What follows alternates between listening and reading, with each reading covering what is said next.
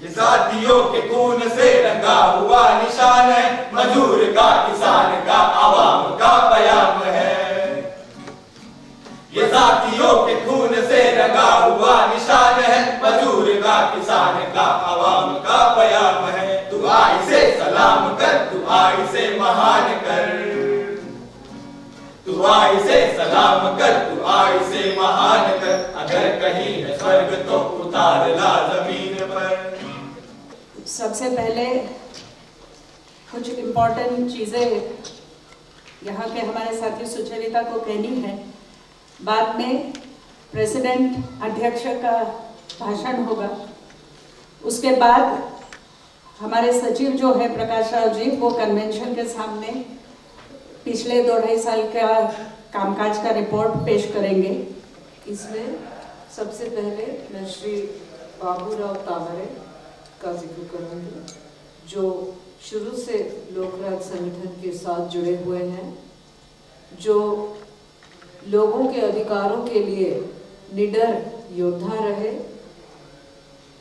जिन्होंने समाज में दबे कुचले लोगों के पक्ष में हमेशा अपनी आवाज़ उठाई, निडरता से आवाज़ उठाई। यंग ऑर्गेनाइजेशन, उसका जो जन्म 1993 में हुआ और सुचरिता ने ऑलरेडी थोड़ा ये लोकराज संगठन का इतिहास के बारे में कुछ बात रखी थी और मैं रिपीट नहीं करूँगा उसको। तो ये 20 साल में हजारों लोग हमारे संगठन में सदस्य बन चुके हैं। अनेक राज्य और शहरों में हमारा संगठन फैला हुआ है, जो कहते हैं कि स्टेट क्राफ्ट। तो जब हमारे शासक ये कहते हैं कि हमारे लोगों को शासन करना नहीं आता, तब हम उनकी अज्ञानता पर सिर्फ हंसी सकते हैं। वो कह रहे हैं कि जो बैंकों, जो बड़े बड़े जागीरदार कंपनियां हैं, इनको कैसे बचाए। बेशक जो है गरीब आदमी, मजदूर, किसान, छोटे दुकानदार, इन सबको बहुत ही नुकसान हो, इनका नौकरियां छीना जाए, इनका तनख्वाह कम हो, ये सब चल रहा है साथी।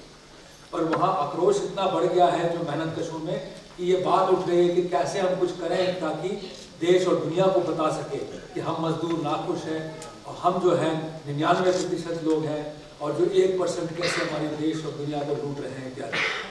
आज भी लोगों के हाथ में सत्ता नहीं है और वक्त आ गया है कि इस काम, जो अधूरा काम है, इसको पूरा करना है, और ये हम करके दिखाएंगे हम लोग।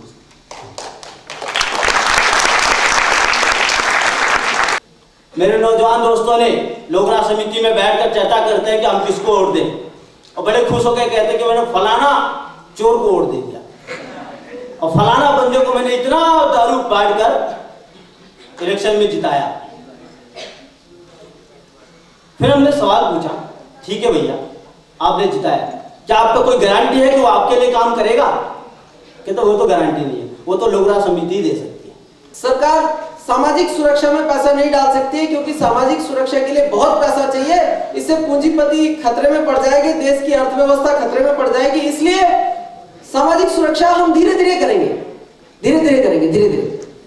पर 2008 में जब आर्थिक मंदी आ जाती है तो फटाफट टाटा, बिरला, अंबानी और बड़े बड़े पूंजीपतियों को बचाने के लिए सरकार, पता नहीं वो गिनना नहीं आता, बहुत लाख करोड़ रुपया उनको फटाफट दे देती है, तब खतरा नहीं आता। जबकि वो बूंद बूंद पैसा हमारा है, वो एक एक रुपया हमारा है। बहुत रुकावटें आते हैं, पहले घर से आते हैं, खासतौर पे महिला है तो, फिर आते हैं अच्छा आप बड़ा नेता बनने वाली है करके रुकावटें आते हैं। समय आपका घर का काम देखो, बच्चों को पालना है और क्या सड़क में क्या करना है आपको।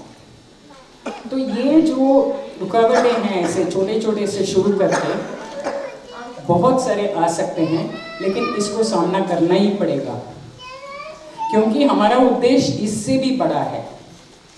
हम इसीलिए हमारा बच्चों को पालते हैं और इसीलिए घर संभालने का कोशिश करते हैं, क्योंकि अभी बहुत मुश्किलें हैं वो करने के भी। समाज बदलेगा, ये सिस्टम बदलेगा। ये हमारा ही इतिहास का एग्जाम्पल है। तो हम ये पार्लियामेंट सिस्टम को बिल्कुल चेंज कर सकते हैं। और ये जो ऐतिहासिक मैं एग्जाम्पल दे रही हूँ कि ये भी इंपॉर्टेंट है कि चिटागोंग फिल्म से हम जो देखते हैं कि ये जो सिस्टम आई है हमारे देश में, ये बाहर का सिस्टम है। जैसे ओपनिंग रिमार्क्स में प्रकाश जी कह रहे थे कि हमारे ही 5000 पुराने हिस्ट्री का थिंक सोच जो है कि प्रजा के बीच में से राजा निकलता था। अगर वो राजा प्रजा के तरह काम नहीं करते थे, वो राजा को हटा देता था। ये है हमारी ऐतिहासिक सोच, हिंदुस्तान की ऐतिहासिक सोच। फिर आया ब्रिटिश सिस्टम 1947 में, ब्रिटिश का सोच जो ब्रिटिश पार्लियामेंट सिस्टम है, रिप्रेजेंटेशन सिस्टम, जो उनका देश में भी नहीं चलता, House of Lords, House of Common, हमारा देश में लाया गया है ये पार्लियामेंट्री सिस्टम जो किसी को रिप्रेजेंट नहीं करता है। तो जैसे पूरा समाज में कोई जो कमजोर हो, आर्थिक कारण के लिए कमजोर हो सकते हैं या शारीरिक या मानसिक, ये बोझ नहीं है। हम लोग सब बोझ नहीं है। नौजवान, औरत, गरीब, किसान, हम बोझ नहीं है। हम हिंदुस्तान की शक्ति है और हम हिंदुस्तान को राज करेंगे और जो बोझ है उनको हम निकालेंगे।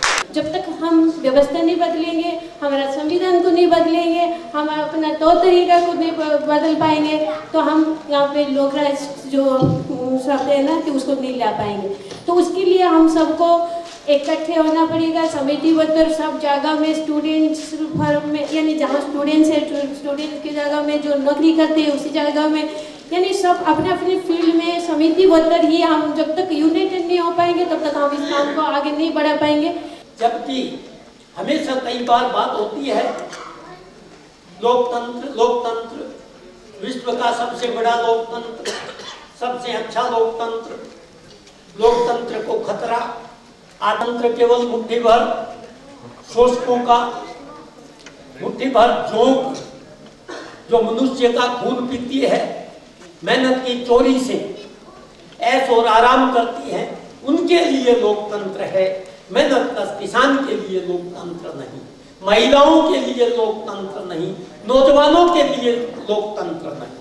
கட்சிகளை உருவாக்கி அங்கிருக்கின்ற கோரிக்கைகள் பிரச்சனைகளை ஆராய்ந்து விவாதித்து நாம் நம்முடைய இயக்கத்தை முன்னெடுத்து செல்ல வேண்டிய அவசியத்தை நாம் இங்கு எல்லோரும் புரிந்திருக்கின்றோம். ஏனென்றால் மக்களாட்சி இயக்கம் காட்டக்கூடிய வழிமுறைதான் எங்களை பொறுத்தவரையில் சரியான திசை வழியாக திசை காட்டியாக இருந்திருக்கின்றது. உதாரணத்திற்கு ஒன்றை மட்டும் சொல்ல விரும்புகின்றேன்.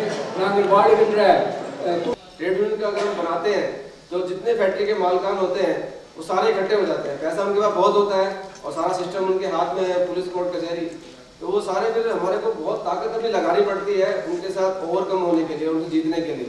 तो बजाय उसके if we organize them socially, कोई भी आपको कोई भी बात बताता है कोई भी, तो उसमें तुरंत विश्वास मत रखिए, क्योंकि आप गुलाम नहीं है, आप फॉलोअर नहीं है, आप इंसान है, आपकी अपनी बुद्धि है।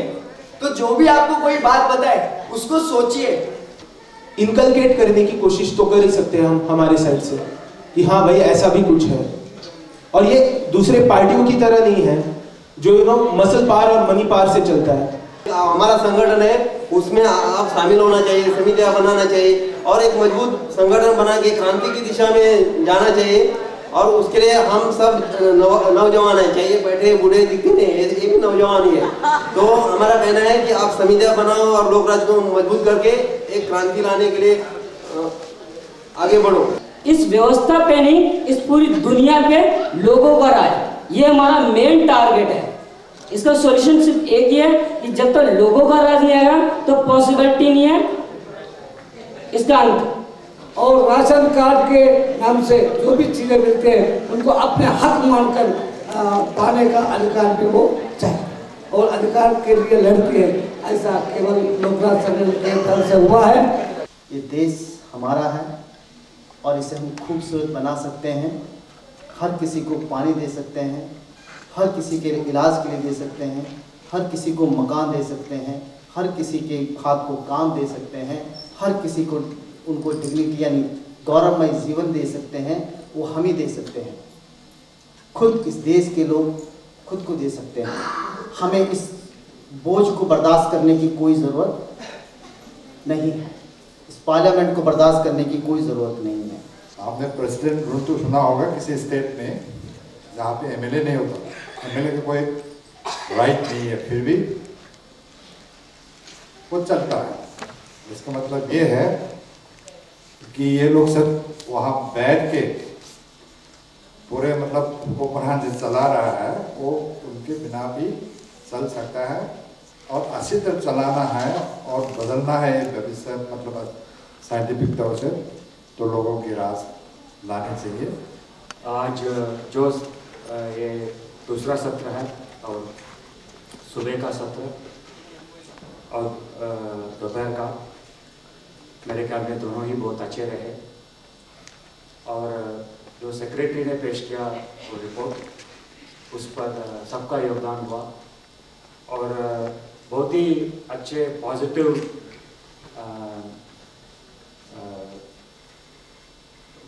रिमार्क्स था रिपोर्ट के ऊपर और पॉजिटिव सजेशंस था। कैसी ये आजादी जिसमें जलती है जिंदा बहने, गोलियां मिलती हम